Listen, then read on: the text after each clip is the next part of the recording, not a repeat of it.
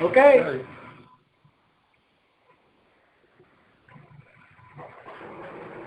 Hi, this is Tamara. Thank you, Scott, so much for inviting me. Can you hear me okay?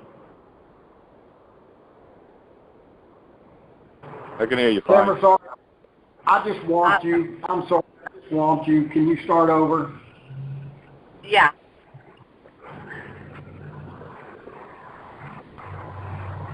We're good. I just hit the wrong mute button. I muted the whole line instead of my phone. Oh, okay. I thought it was me. No, it was me. All right. Thanks. All right. We're good to go. We're all good now. Well, I'm in my favorite place in the world. I love to be in the rooms with the steps, and I'm just so honored and grateful that you invited me to speak tonight. I would just say that for me, my sobriety is such a gift, and I wouldn't have that without service. And I didn't used to think that way. I quit drinking 4.5 years ago. I'm coming up on my 5-year birthday in December, and I never thought I could do what you guys do. I never thought that I could live without alcohol in my life, and I thought that AA had a lot of good messages, but I didn't think I could do the service because, you know, I was too busy. I was, you know, on the volunteer board of my children's school, or I was organizing a charity event, and you know, I just was never thought I could do what you guys do, which I didn't really know what you did, which was serve other human beings. And there's something really unique in that service, and I realize now, after being sober for 4.5 years from alcohol, and now 1.5 years of all my bottom lines and sex and love addiction, that when I was serving the school, you know, somebody could always show up and be in that meeting, and somebody could always take my lead at a meeting for my spiritual community. But you know what? When I took the job of making the coffee or bringing the cream and sugar for a meeting, and you don't show up, there's people who aren't going to get their coffee that night, and that's never good for alcoholics, not to have their coffee and not to have their cream and sugar. And I really got what service was. It was a humbling experience to be able to serve just so other people could have their coffee, and that meant that other people could stay sober one more day. So for me, service is the key to my sobriety. Like I said, I never thought I could live on life's terms. I never thought I could live without alcohol. I certainly never thought I could live without a man as my central being and all God provider in my life. I never thought I could live without a man being my higher power. And I didn't even know. I had made alcohol and God my higher power. So for me, you know, I was willing to surrender. Thank God. I don't know why it took me so long. But I guess I didn't have enough low enough bottom. I didn't have anyone come and 12-step me. I was a secret drinker, and I was a secret sex addict. So nobody knew about my double life, and so that's why I guess I didn't have enough consequences to get me in here sooner. But thank God that it was a miracle, and God put on my heart to try to put down the drink, and once I put down the drink, I was able to put down the man. So, you know, for me, what happened was I was so willing to do whatever you told me to do because I was so sick and tired of lying and cheating and stealing that I was ready to do something different. And you guys told me to get a sponsor. You guys told me to take commitments.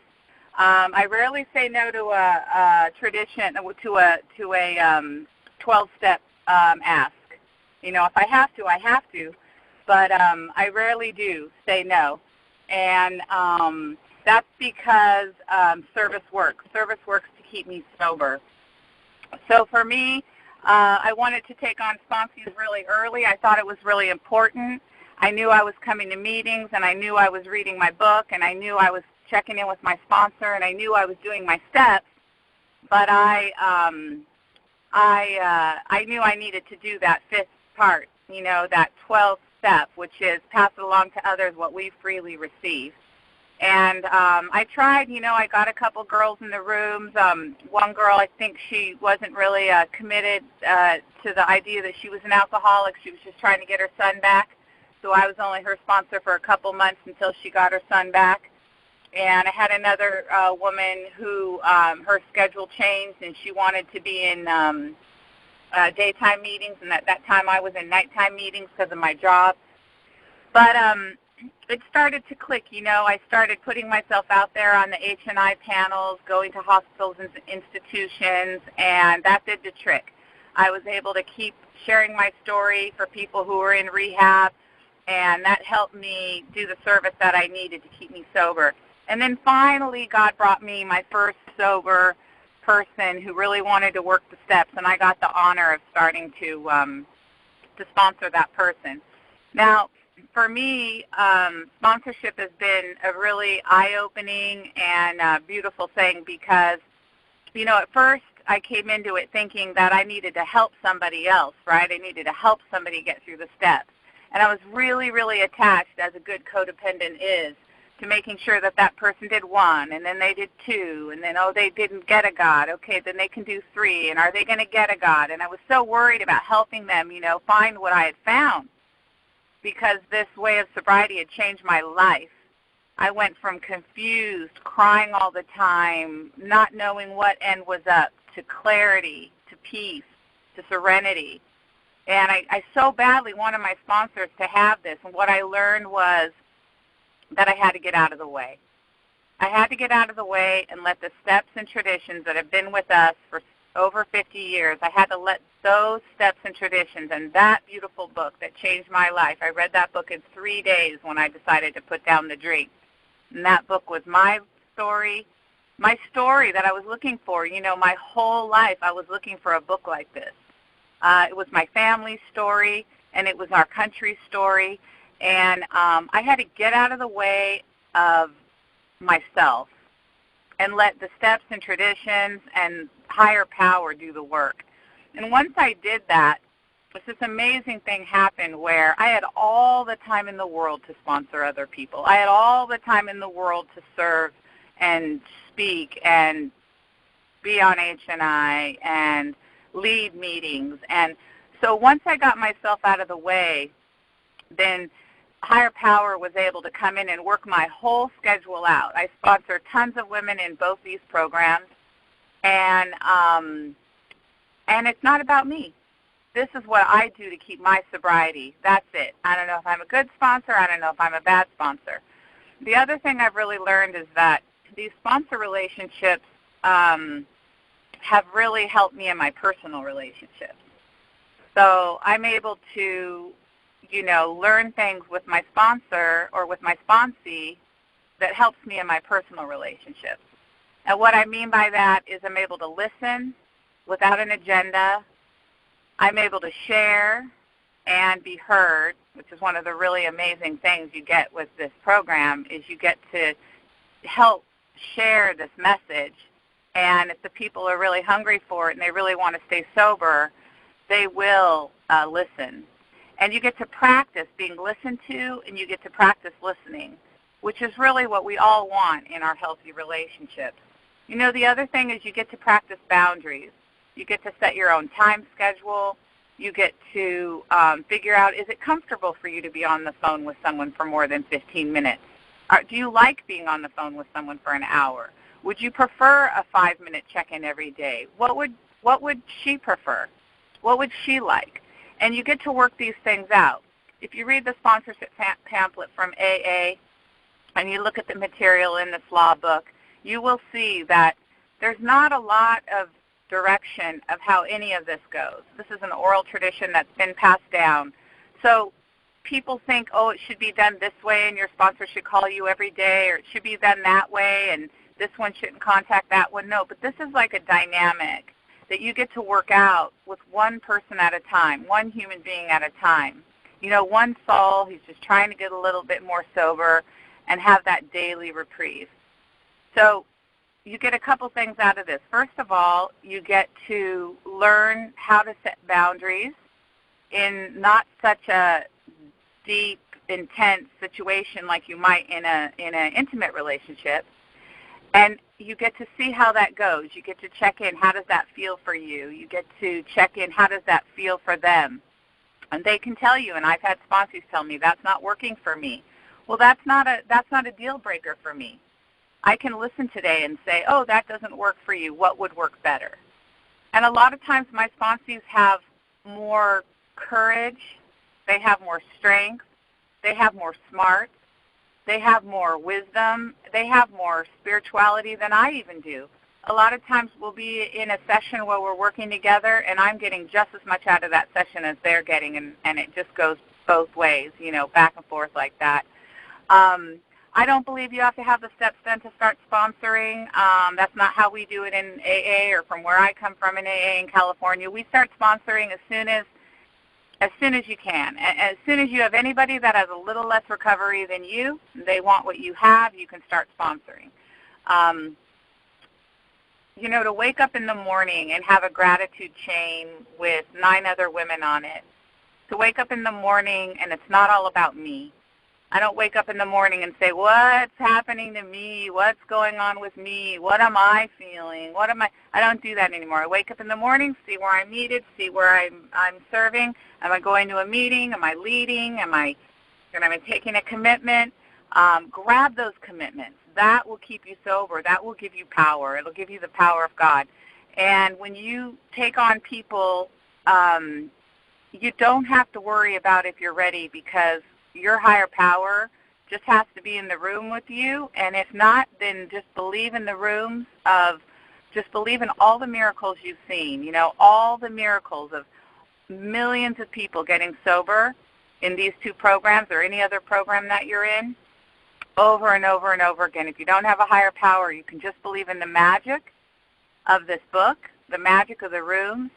You'll start to see people looking better, feeling healthy, feeling better, staying off their bottom lines, having some clarity, having some peace. And once you start to see that, you just can believe in that. As long as that belief and that willingness is in the room with you and your sponsee, you'll be able to just listen to them do their steps, give them whatever guidance you have. You cannot fail. You cannot fail. I would tell you, take commitments as soon as you can, start sponsoring as soon as you can, and you know, this way of life has been really transformative for me. I serve God in the morning, every morning, all day, and my God takes care of the rest of my day. I don't have to worry. I don't have to sweat it. If something's too difficult, I just put it to my higher power and pray for it. It's a very, very different way of living than I live the rest of my life. So that's pretty much all I have to say, but I'm open for questions, and I'm going to be able to stay around for another half hour tonight. And I just love you, Scott, for letting me do this and for being a part of my sobriety. It's really, really such a blessing.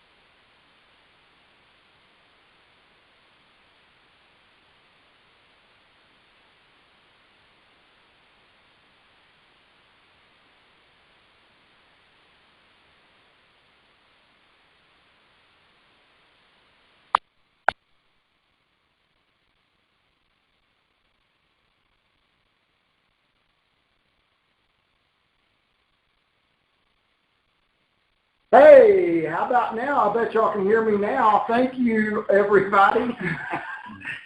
I've had my phone muted, so you didn't hear all the wonderful things that we've been saying. Well,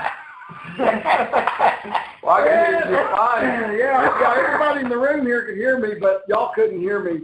So we have a new guy that joined us real quick. I'll let him say hello again. Hello, my name's Andrew. All right. Texas. And then we have a question. Golly, what a goofball. We have a question from Sergio. Hey, Tamara. So my question is, do you have a set time frame as far as how quick you work the steps with the sponsee, or do you base it based on the sponsee as far as how fast you go?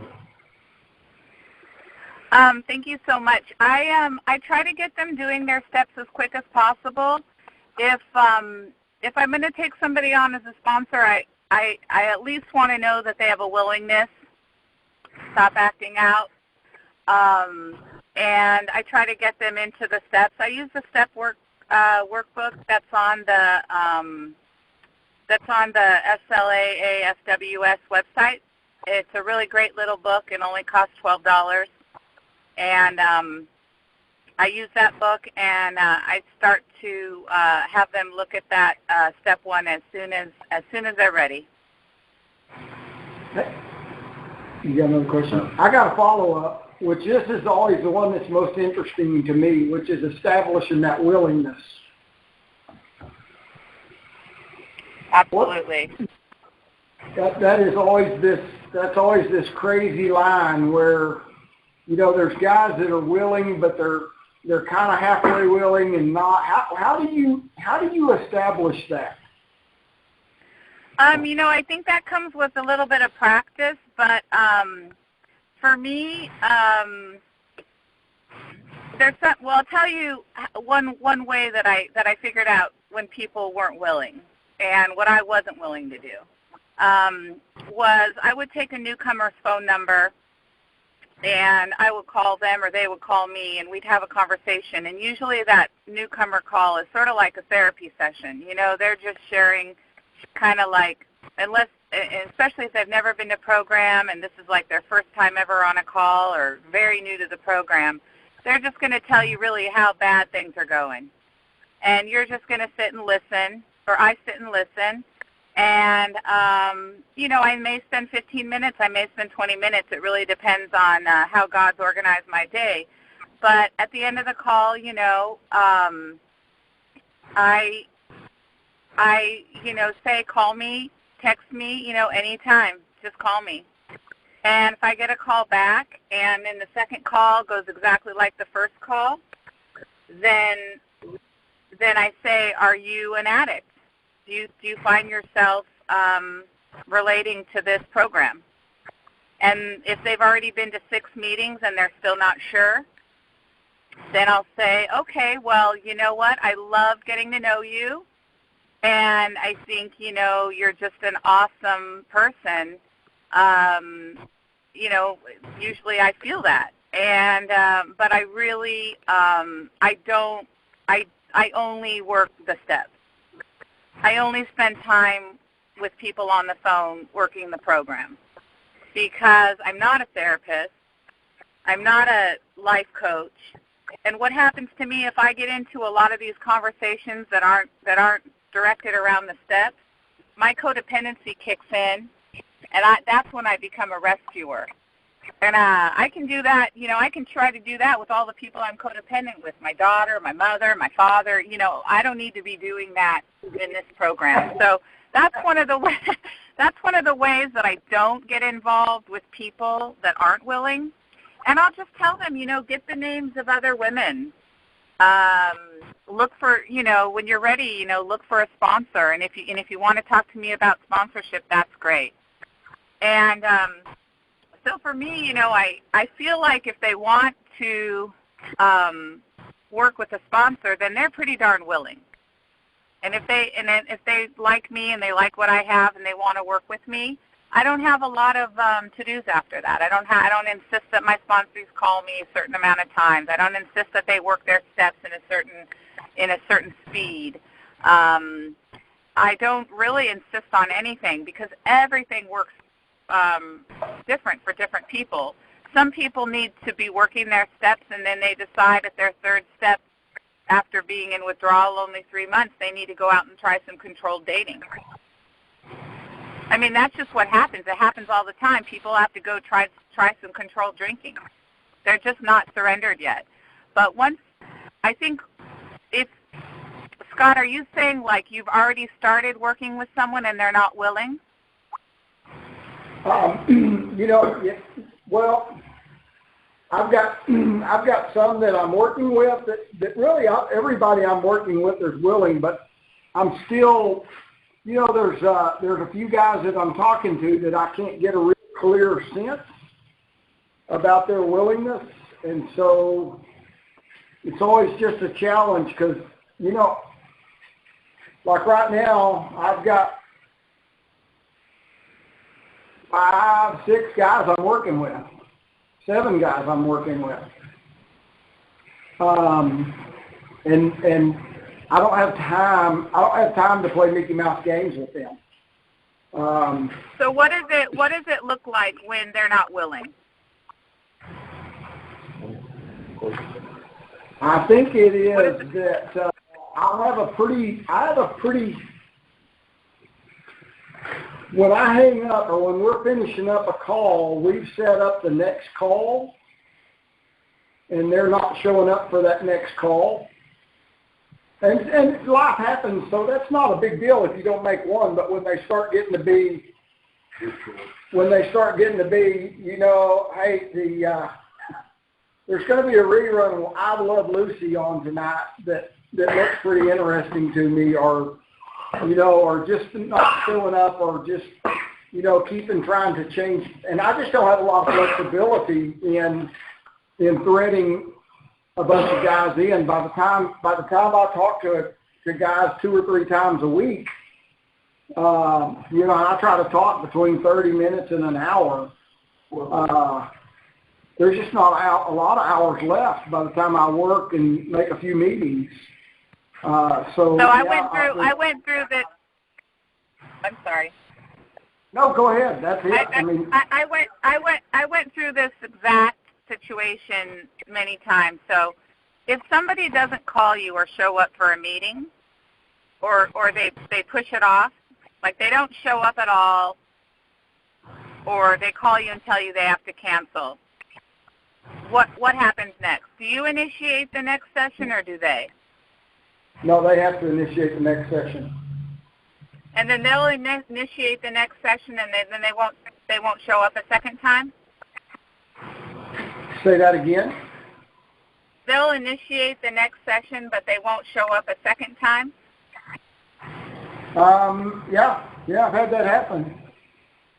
Uh-huh. Yeah, I've had them text me, and then, they just, or they won't quite tighten down. They'll say, yeah, we're going to get together on Friday, but I don't know what time. And I'll say, well, just text me when we get a little closer, and we'll figure out the time. And then I don't hear anything from them. Mm-hmm. And well, pretty much for me, if that happened 2 times or a third time maybe, I might just say, it doesn't seem like you're ready to work the steps, but please call me back when you are. Yeah. Because it's really about your boundary, and I've had this beaten over my head by so many old timers, but we cannot get people sober. We are here to offer the message, and we're here to carry the message, but we're not here to carry the man. And you can still be in their life. You can still have them call you if they want to check in from time to time, and you can choose to pick up the phone or not. But if somebody's not keeping their word after 2 or 3 times to meet with you and work on the steps, they're probably not ready. Yeah. I'm not opposed to reaching back to my sponsor or sponsees at all. In fact, I think That doesn't, there's some guys I hear that say, I never call my sponsees. They always all have to call me. I don't think that's right either. I think there's times that when I know what's going on and I know that guy may need he may need a little bit of just friendship. Just kind of taking my sponsor hat off and just being a friend, being a brother to him. I think that's real important. But again, it's beautiful. It's beautiful, and it also shows how unique everyone's relationship is. That some people believe that they'll call their sponsors, some people just don't. They have their sponsees call them, but it's not a rule. You know what I mean? So that really kind of like illuminates that idea that this is all unique. It's unique for each relationship and each human being, which is exactly how we want to be in our healthy relationships, Well, that's interesting. That's really interesting. Yeah. Joe from Boston, I got a question. Hi, Bill. Well, Joe from Boston. Wouldn't it be easier just to just have them after your first initial talk with them, as you stated, getting to know each other, so to speak, I guess, and once they are able to connect the dots and say, oh my God, yeah, I am an addict, give them a homework assignment and say, all right, I want you to read Bill's story and the doctor's opinion and call me back tomorrow night at 7 p.m. Wouldn't that just be easier? Then you'll know whether the person is going to be serious or not, whether they're going to be doing whatever they have to do to become clean and sober. It's a great idea. I love it. And I've seen people do it, and I've done it, and it works great. I had this one person that I knew who he would give the person his number, and he would say, buy a big book and call me. And then the person wouldn't call, and I would just be like, oh, he's not very serious about this. He should be calling that guy. That guy needed him. And you know what? That was just his thing. He had been around for 17 years, and he said if you baby him, you bury him, which isn't my philosophy, but that was his, and that's what worked for him, So you'll kind of develop your own kind of I have women who work consistently. They have a step done every month or sooner. They're ready to go. I've had women who did 1, 2, and 3 pretty quickly, but just never started 4. And whenever I get confused about this stuff, I call my sponsor like, she's not starting 4, she's not starting 4. And she's like, that's okay. Like, I didn't make you start 4 at a certain time. It took me 1 year to do my steps in AA, I did my SLAAPP steps a lot faster, but, that's what my sponsor tells me is, you know what, she'll do 4 when she's ready. But it's always up to you. You don't have to be, if you feel like that's too much linger time for you and you need a consistent, I know a girl in SLAAPP, I heard a girl in SLAAPP who gets all the steps done in 3 months. That's the only way she works. And I don't know if they don't work fast enough if she drops them. I don't. But I guess, it's just a great idea. And that's where we get to be creative. Like, that's where we get to have spirit come into us and be creative, is because there is no one way to do this, And if Scott wants to call and be a friend, he can call and be a friend. Yeah. Well, like Scott was saying, it all depends on the situation, too. If you got somebody who's dead serious about getting clean and sober, but they have turmoil within the family, whatever that may be, whether there could be a person sick in the family or, God forbid, have cancer or having marital troubles, like Scott was saying, then, yeah, you're going to want to reach out to that person, and you want to be that big brother and be there to be the support and their cheerleader. But, at the same token, like what you're saying, you're not there to be the wet nurse either. You're not there to, drag them around and say, come on, you got to do this. Come on, you got to do this. It's either, you're going to do it or you're not. How bad do you want this sobriety? As it was once put in our conference that we just had down in Dallas, they'll eat, cat turds covered in chocolate if they want it bad enough. And you know what happens to me, Bill, is it Bill or Phil? It's Joe, J-O-E. Oh, Joe. What happens to me when I do a lot of that following up and see where people are, and I worry about my girls. I mean, I had a girl who's been sober 2 years. She was in jail. She had her sobriety was 100% her own. It was dry sobriety. She had no program. She was about to be reunited with her kids. She'd been on the streets for over a year, and she just decided that she just wasn't identifying with the steps. And I knew for my own codependency, for my own mental health, for my own sobriety, that I could be her friend and I could take her to meetings, but that I could not continue to act and worry and try to sponsor somebody who had no desire to do the steps. And I think that for our own sobriety, you kind of have to figure out where that line is. You know, if you're willing, if you're just willing to wait, sometimes I won't hear from someone for a really long time. And, I went to Peru for 10 days, and I had, I think, 10 sponsees at the time. And I told each of them that I'd be there and I'd love to talk to them, but they should get WhatsApp or Facebook Messenger. And then when I was there, I'd be there. And 6 of the girls, I think 7 of the girls did that. And you know what? All 7 of them stayed sober. Every single one that took my WhatsApp. And I don't even remember if they all called me. But those 3 girls who said, no, I'll just wait till you get back. Well, that's fine, but then you don't have that lifeline. Yeah. And 3 of those girls relapsed. Not while I was gone, but it was really interesting, right? Yeah. I seem to lose all my sponsees at the 4th step when they find out they actually have to do work.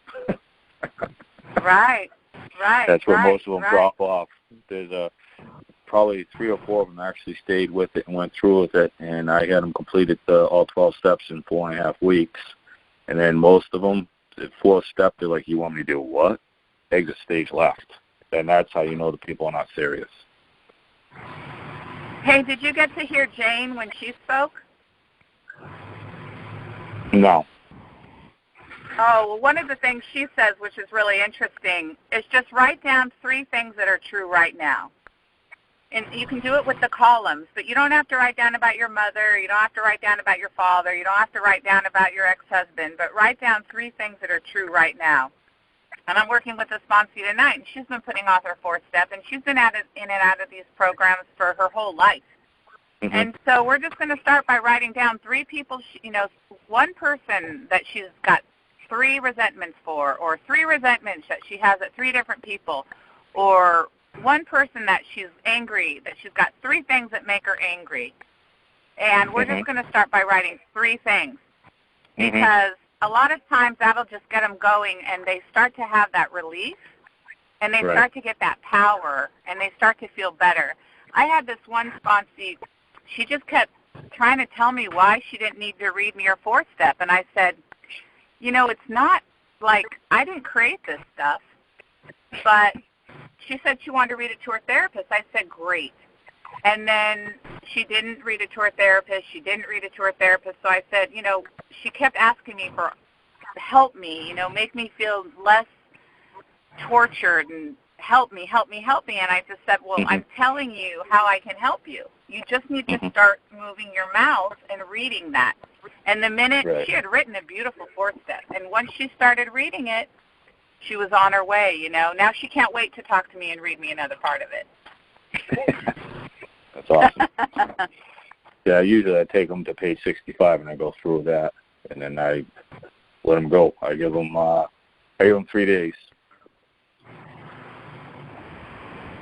So. Great. I love that. I'm writing that down. That's what Jane said in her share too. I think Scott has that recorded if you want to listen to it. But yeah, she worked on us with page 65 a lot. Yeah, I think Scott sent it to me, but when he did, I wasn't hooked to Wi-Fi, so I couldn't download it. So. Yeah, I think you'll like it a lot. Yeah, I'll check it out. Okay. Any other questions? looking at the time, and I think you're fixing to have to bounce, right, Tamara? Yeah, I still have about 6 or 7 minutes. Okay.